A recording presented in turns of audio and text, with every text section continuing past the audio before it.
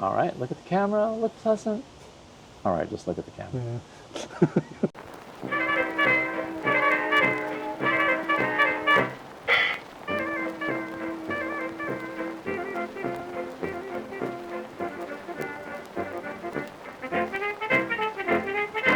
Welcome, folks.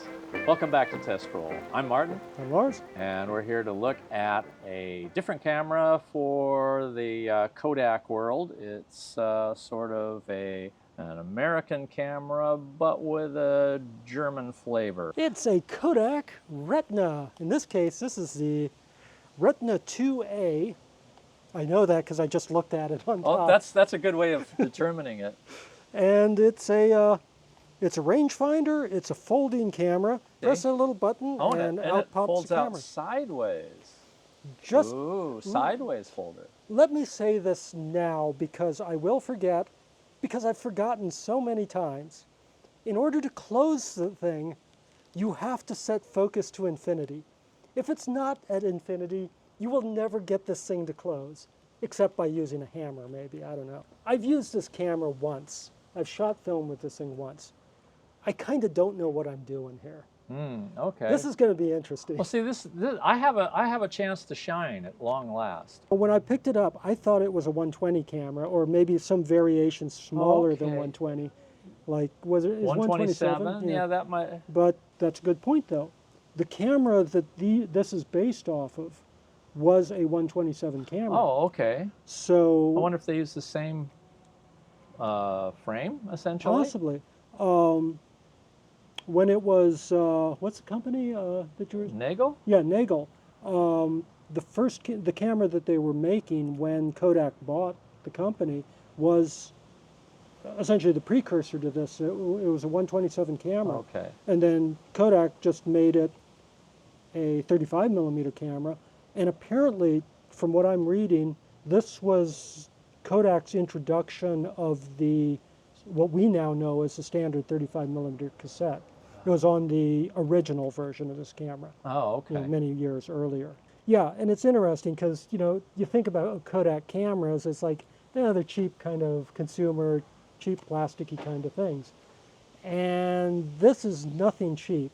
This feels like a good solid camera. It looks serious. Like, It has a Schneider xenon lens on it, which, as much as I despise xenon lenses, they're actually pretty good. Let me see that for a second, because there's You know these things better than... It's got X synchronization. I'm guessing post-war. I'd guess probably 50s. Okay. Yeah, I would trust your judgment on that better than mine. That's just a hunch. You've got like a red triangle on your Schneider lens, and that means it's coated. Right, and there we have it then. Well, if they were importing German goods in the early 1940s, then they'd be having some real production issues or transportation issues. There might be some complications with that. No, I mean, I need to use this camera more. It's... Oh, that's kind of got a sort of a deco look to the shape of that camera. I like the embossing in the leather. I mean, that's purely that's old school stuff. A cosmetic thing. So I don't know if it can be seen here, yeah. But all the styling on it, it's interesting because you don't tend to think of Kodak cameras as especially stylish, but this has some interesting styling features on it. But it opens up much like. Oh, and it's got the later sort of attached back, so the back doesn't get lost. Yeah, which is that's definitely a plus. And let me see that again. So, yeah, this has got a nice weight to it. It's it's not super heavy, but it's got some mass, and that's actually a good thing. This is easier to keep steady, and let's see about the focus here. Oh yeah, and so I can see, I can even see the focus patch here. So that's a good sign. I can actually see to focus with this. Often helps. Yeah, I'm totally looking forward to going out and messing with this thing. So let's run some film through it and see what we get. I'm sure hoping I'll get something at long last. Yeah, it'll be fun. All right, come along.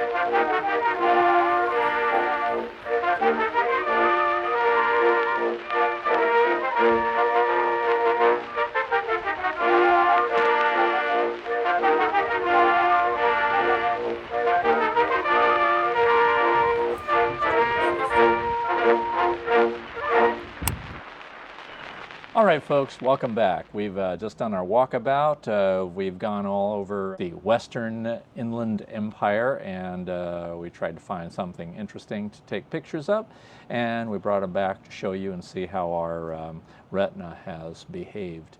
You want to whip out the iPad? We'll take a look at this stuff. Looks like the beginning of a roll. Yes.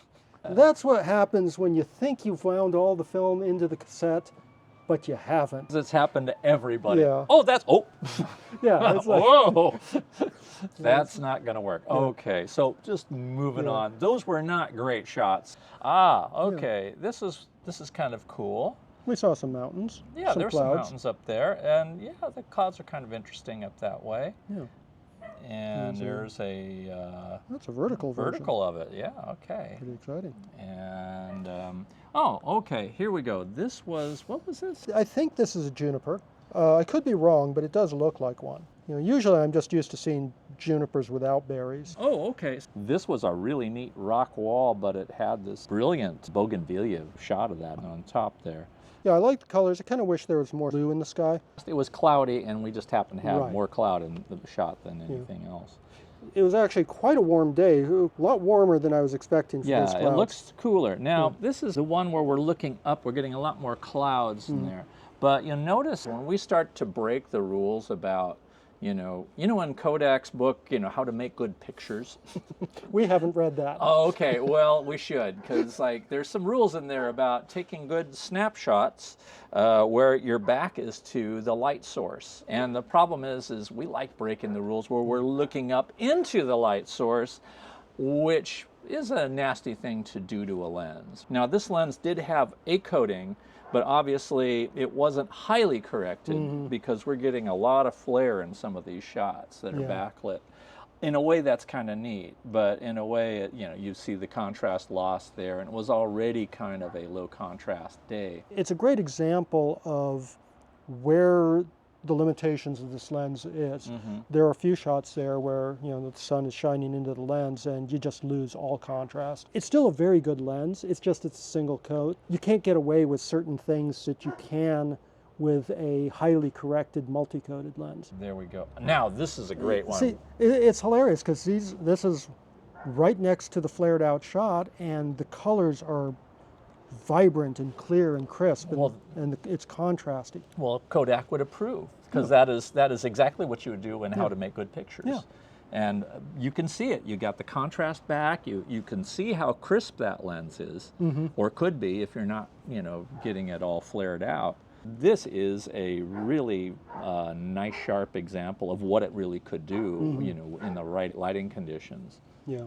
This is the next location at the Richfield gas station in Cucamonga. It's a historic monument, and they kept this along Route 66. It's a really cool old gas station that's been restored.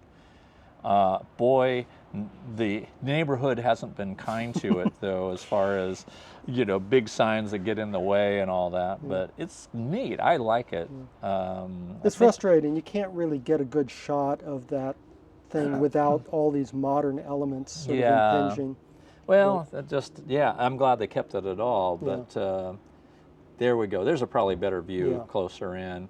And that was the other thing that I found difficult when I was trying to get some shots of this. I couldn't really see that well. The viewfinder's a little squinty, and I already have problems at this point with being able to see things very sharply, and I couldn't quite tell what was going to be in the frame. This is actually a little bit better than I had feared. It might be better for you young'uns. Oh, here we go. Here's a portrait of a gas pump. I did cut off the top. I don't know, did you take that or did I? No, I think you did. Oh, okay, so this was what I'm talking about as far as being able to frame it accurately. And again, we're dealing with parallax error because we're not looking through. Right, yeah, because this is actually a relatively close-up shot, so parallax error is going to be more of an issue. So I sure wish gas was that cheap. Done that. Oh, and this is what could happen to you if you want to go into the photography business. Here's a nice for-rent photography studio.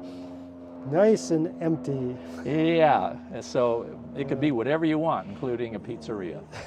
You know, it's like it could be a nice front for some operation. Oh, that's right. Oh yeah, come in, have your portrait taken. It's in the back. Go in the back. All right. Maybe that's the key to a successful photography business. Yeah. Let's move on.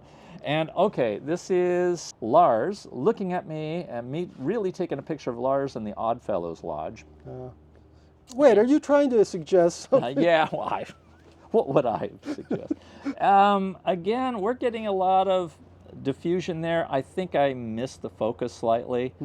I don't think I quite figured out where the focus was, so it landed somewhere where I didn't want it. Lars is not that sharp in here. I'm not that sharp here. All right, well, anyway, so we're going to move along. That wasn't a great shot. Oh, okay, back to breaking the rules, shooting into the light source on a overcast, Yeah. cloudy, bright day, and we're getting a lot of flare on the lens here. Okay, so the Grove Theater, which I believe is now a church, but it's the old Art Deco theater. I really like this awning that you got at the top of the frame. It kind of gives it a sense of depth and looking into the scene. I was desperately trying to find anything to shade the lens, I think, more than anything else. But I kept trying to get a good picture of it, and unfortunately with the parking in the middle of the street, it's hard to get a picture of, you know, some of the bigger buildings. Oh, and so this was interesting to me. However, not one of these pictures worked at all for me. I thought it was an interesting alley, but we were getting a lot of flare off of the white walls. It just wasn't quite working. And that one I kind of like it better. I like having this antique alley sign. I kind of wish there was a little bit more of the front of this building. This one, I think, for me, worked the best. Yeah. And partially it's just because we pick up on the right-hand side some detail off of that old stucco on the side of the building over the brick. And you really can see where this lens does have the capability of resolving very well. Yeah. And one more shot, and we're about to give up here. And this is my favorite of the theater. Did you take this one? I think I took this one. Okay, I don't remember taking this. I figured it had to be you because all your verticals are really good. I am kind of obsessive about getting all my vertical lines straight up and down. It drives, converging lines bug me. Yeah, I figured that had to be you because I would not have taken the time. So let's move along. And that's me. No, this is actually me. You? Yeah. Oh, okay. The reason why I did it this way is I hate those cars in the foreground. I hate them even more than converging lines. All right, well, yeah. Most of my photography is based on my hatred of one thing or another. It's all hate, it's no love. And I'm all love and no good. Bad pictures, love. Good pictures, hate. I'm sorry. I don't know where that came from.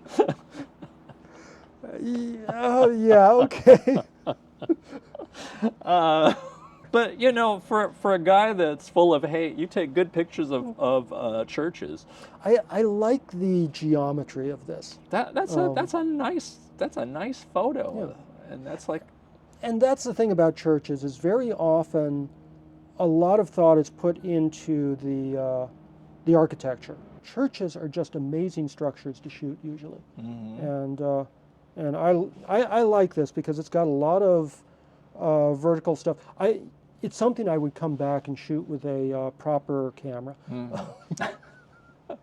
like a view camera. This one's kind of neat. This one I really like. So you want to see what this lens can do? Here is a good controlled situation where we've got excess light is masked off, and you can see this, how sharp this is, and the color rendition is quite good actually. To see this really, this has got to be probably about 1920 or earlier storefront, original tile. Yeah. Well, let's take a quick look at, you have other pictures that you brought. These were shot in January, February, March. 6 power lines. Yeah. That's pretty cool. Yeah, this Where is is that? Eagle Rock. I'm standing basically right underneath the rock that is Oh. Eagle Rock. This is sort of my wending my way up to the rock. Okay, now this is right at the base of the rock. There's this broken old concrete set of stairs. Oh, uh-huh. There's this oak tree that just sort of runs horizontally. Here is a shot. I'm pointing straight into the sun, and I'm losing a lot of contrast that way. Yeah, but you know, in this instance, it really is working to your advantage because it's got sort of that storybook quality Yeah. about it, which Yeah, kinda and that's something that often can work. Here's this that power power station. building, yeah. Yeah, it's You really got up there. yeah, there's a sort of climb. There's a bunch of switchbacks that go up the hill. Gosh, I don't know if you've ever shown these to me, because maybe I none of these ring Okay. a bell to me. Because usually This one I kind of like, where I just took 2 side-by-side shots to make a panorama. Oh, okay. And Oh, neat. yeah, it's kind of neat, and See, nothing so amazing. now that I but see them, it's like, well, you got to print them in silver gelatin. a couple of them I think would look nice. Yeah. I mean, I like this shot. It's kind of simple and plain. It's got a lamppost. Yeah. Well, Yeah. so any additional thoughts on the camera? What did you like about it? It's a little heavy, but it's a very small, easy to use camera. I mean, there are a few quirks about it, but I like the fact that you can just shut the front of it and throw it in your pocket. Yeah, the viewfinder is not ideal. It can be a little hard to frame, so it's a little better if you stand back a little bit and just expect to crop in. Because like with the gas pump, where you cut off the top, it can be a little hard to see. I like the styling. I like this embossed leather at the back, which is kind of cool. It's just a nice little camera, and it works well. It's not something that I sort of wonder, is it going to work today? It's pretty, first of all. It's well built, really obviously that. It's got several of the features that you would want in a camera to make it easy to use. So it's got the things like the film back that opens up and is hinged rather than pulls off and gets lost. You've got the lever wind, which makes it easy to advance to the next frame. So there's a lot of these things that you're going to find easier to use than, say, a camera maybe 10 or 20 years older than this. It's going to feel a lot more comfortable in your hands if you've used a 35 millimeter single lens reflex camera, for instance. It's a little small. Now, this is sort of the argument a lot of people have with like Sony digital cameras versus, say, a Canon or a Nikon, that the Sonys are kind of small in the hands. But it's not lightweight. It's not, and that's one thing I like a lot about it, is it's got a certain amount of mass. It gives you a little more stability, really, when you're trying to take a picture that's a 30th of a second or below, where it's a longer exposure. This gives you less recoil, because you've got a certain amount of mass. You can hit the trigger and squeeze it off, and the camera's not going to move on you that much. The lighter the weight, the more bounce you get with your camera when you're doing like a longer exposure. Yeah, I think it's a great little camera. Yeah, I enjoyed it. So, maybe if you run across one, try it out. See if you're going to like it. I really did, and it certainly would be something I'd be willing to shoot with again. So anyway, I guess that's it. I'm Martin, And Lars? and this has been Test Roll. See you next time.